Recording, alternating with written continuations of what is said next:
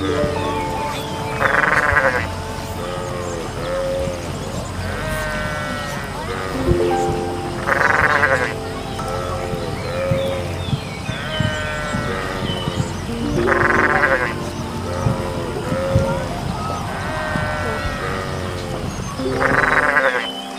దేశమునందు యోబు అను ఒక మనుష్యుడుండెను. అతడు యథార్థవర్తనుడును న్యాయవంతుడునై దేవునియందు భయభక్తులు కలిగి చెడుతనము విసర్జించినవాడు.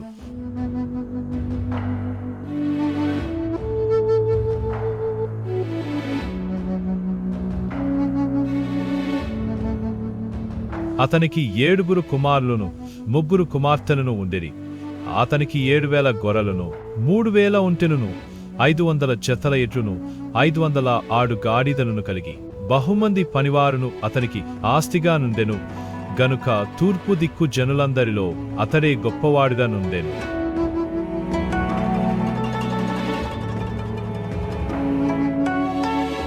అతని కుమారులందరూ వంతుల చొప్పున అనుదినము ఒకరికొకరు తమ తమ ఇండ్లలో విందు చేయనై కూడినప్పుడు తమ 3 అక్క చెల్లెండ్రు తమతో కలిసి అన్నపానమును పుచ్చుకొనవలెనని వారిని పిలిపించుచు వచ్చిరి. వారి విందు దినములు పూర్తి కాగా యోబు తన కుమారులు పాపం చేసి తమ హృదయములలో దేవుని దూషించిరేమో అని వారిని పిలువనంపించి వారిని పవిత్రపరచి అరుణోదయమున లేచి వారిలో ఒక్కొక్కని నిమిత్తమై దహనబలి నర్పించుచొచ్చెను.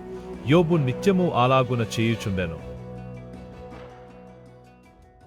దేవదూతలు యెహోవా సన్నిధిని నిలుచుటకై వచ్చిన దినమొకటి తటస్థించెను. ఆ దినమున అపవాది కూడా వారితో కలిసి వచ్చెను. యెహోవా నీవు ఎక్కడి నుండి వచ్చితివని వాని నడుగగా అపవాది భూమి మీద ఇటు అటు తిరుగులాడుచు అందులో సంచరించుచు వచ్చితినని యెహోవాకు ప్రత్యుత్తరమిచ్చాను. అందుకు యెహోవా నీవు నా సేవకుడైన యోబు సంగతి ఆలోచించితివా? అతడు యథార్థవర్తనుడును న్యాయవంతుడునై దేవునియందు భయభక్తులు కలిగి చెడుతనం విసర్జించినవాడు. భూమి మీద అతని వంటివాడెవడును లేడు అని అడుగగా అపవాది యోబు ఊరకయే దేవునియందు భయభక్తులు కలవాడాయనా నీవు అతనికిని అతని ఇంటివారికిని అతనికి కలిగిన సమస్తమునకును చుట్టు కంచె వేసితివి గదా. నీవు అతని చేతి పనిని దీవించుచుండుట చేత అతని ఆస్తి దేశంలో బహుగా విస్తరించున్నది. అయినను నీవు ఇప్పుడు నీ చేయి చాపి అతనికి కలిగిన సమస్తంను మొత్తిన ఎడల అతడు నీ ముఖము ఎదుటనే దూషించి నిన్ను విడిచిపోవును అని యెహోవాతో అనగా యెహోవా ఇదిగో అతనికి కలిగిన సమస్తంను నీ వశమున ఉన్నది, అతనికి మాత్రము ఏ హానియు చేయకూడదని అపవాదికి సెలవీయగా వాడు యెహోవా సన్నిధి నుండి బయలు వెళ్ళాను.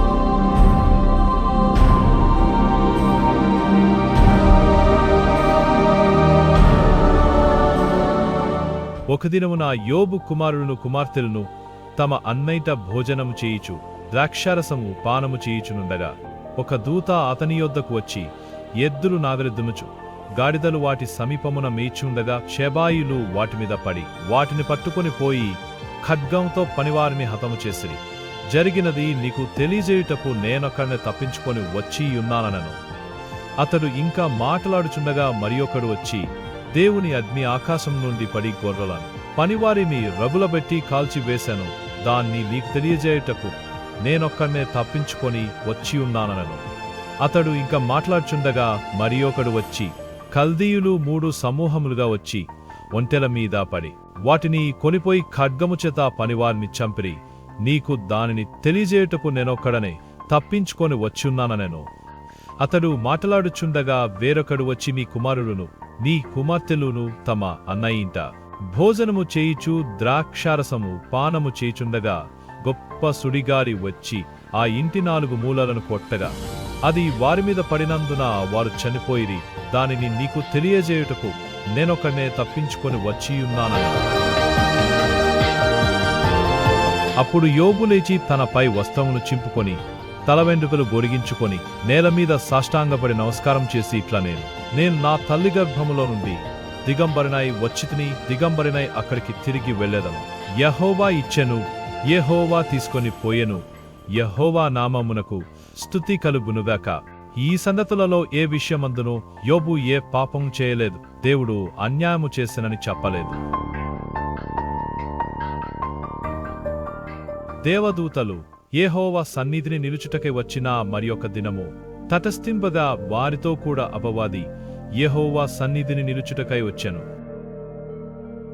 యెహోవా నీవు ఎక్కడ్నుండి వచ్చితివని వాన్నడుగా అపవాది భూమిలో ఇటు అటూ తిరుగులాడుచు అందులో సంచరించుచు వచ్చితినని యెహోవాకు ప్రత్యుత్తరమిచ్చెను. అందుకు యెహోవా, నీవు నా సేవకుడైన యోబు సంగతి ఆలోచించుతివా? అతడు యథార్థవర్తనుడును న్యాయవంతుడునై దేవుని యందు భయభక్తులు కలిగి చెడు తనము విసర్జించినవాడు భూమి మీద అతని వంటి వాడేవడునూ లేడు. నిష్కారణముగా అతనిని పాడుచేయుటకు నీవు నన్ను ప్రేరేపించినను అతడు ఇంకను తన యథార్థతను వదలక నిలకడగా నున్నాడనగా, అప్పుడు అపవాది చర్మము కాపాడుకొనుటకై చర్మమును, తన ప్రాణమును కాపాడుకొనుటకై తనకు కలిగినది యావత్తును నరుడిచ్చును గదా. ఇంకొకసారి నీవు చేయి చాపి అతని ఎముకను, అతని దేహమును మొత్తిన ఎడల అతడు నీ ముఖము ఎదుటనే దూషించి నిన్ను విడిచిపోను అనెను. అందుకు యెహోవా, అతడు మీ వశముననున్నాడు, అతని ప్రాణము మాత్రము నీవు ముట్టవద్దని సెలవిచ్చెను. కాబట్టి అపవాది యెహోవా సన్నిధి నుండి బయలు వెళ్లి అరికాలు మొదలుకొని నడినెత్తి వరకు బాధగల కురుపులతో యోబును మొత్తెను.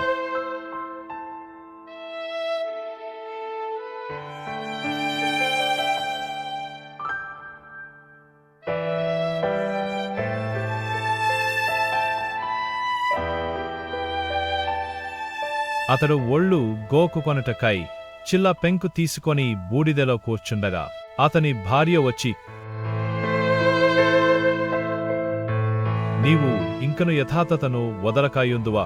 దేవుని దూషించి మరణము కమ్మనెను. అందుకతడు, మూర్ఖురాలు మాటలాడినట్లు నీవు మాటలాడుచున్నావు. మనము దేవుని వలన మేలు అనుభవించుదుమా? కీడును మనము అనుభవింపతరిదా అనెను. ఈ సంగతులలో ఏ విషయమందును యోబు నోటి మాటతోనైనాను పాపము చేయలేదు.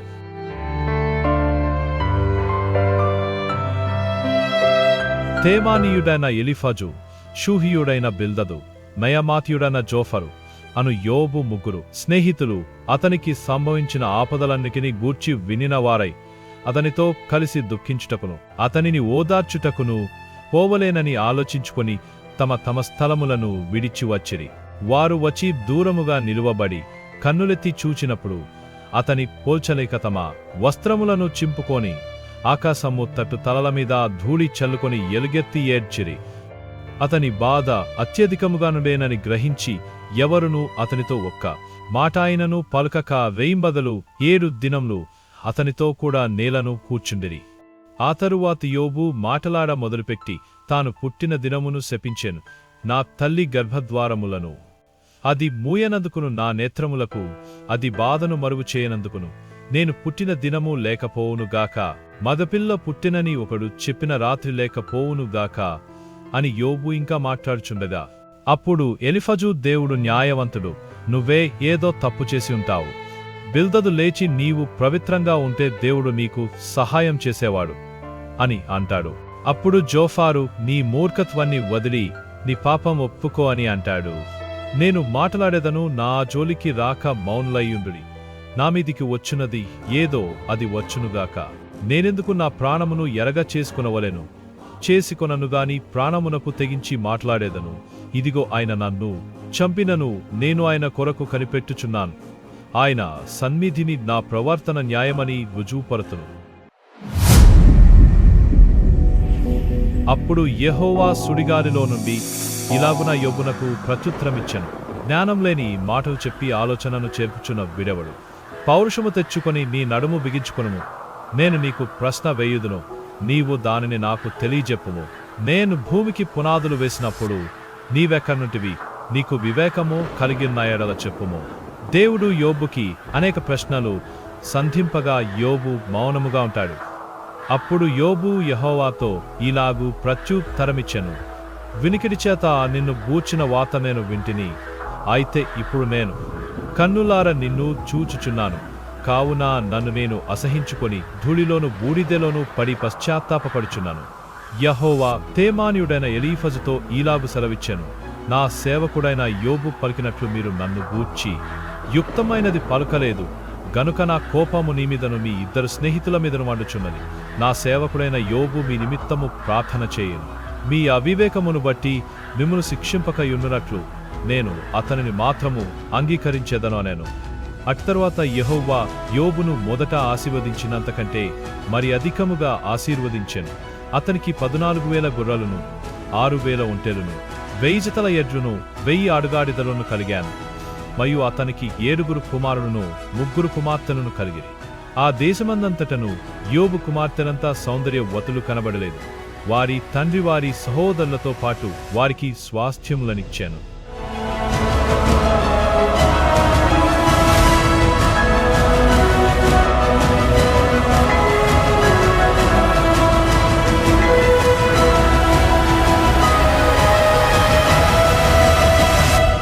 యోబు జీవితం ఈరోజు మనకొక పాఠం.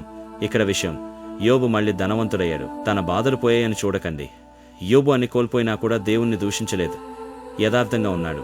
ఈ రోజు మన జీవితంలో కూడా మీరు అనుకోవచ్చు, నాకే ఎందుకు ఈ కష్టాలు బాధలు, చనిపోతే బాగుండు అనిపించవచ్చు. కానీ మన దేవుడు నమ్మదగినవాడు. మీరు సహింపదలిగినంతకంటే ఎక్కువగా ఆయన మిమ్మును శోధింపబడనీయడు. అంతేకాదు, సహింపదలుగుటకు ఆయన శోధనతో కూడా తప్పించుకుని మార్గమును కలిగజేయను. మన దేవుడు విడువడు, ఎడబాయడు. నిన్ను చూస్తున్నాడు, వింటున్నాడు, అద్భుత కార్యములు చేస్తాడు. నిరీక్షణ కలిగి ఉండు. యోబు సంఘటనను జ్ఞాపకం చేసుకోండి. దేవుడు మనతో ఉన్నాడు. ఆమెన్. ఇలాంటి మరిన్ని వీడియోస్ కోసం ఈ ఛానల్ను ఇప్పుడే సబ్స్క్రైబ్ చేయండి, కామెంట్ చేయండి, అలాగే లైక్ మీ ఫ్రెండ్స్కి కూడా షేర్ చేయండి. Thank you.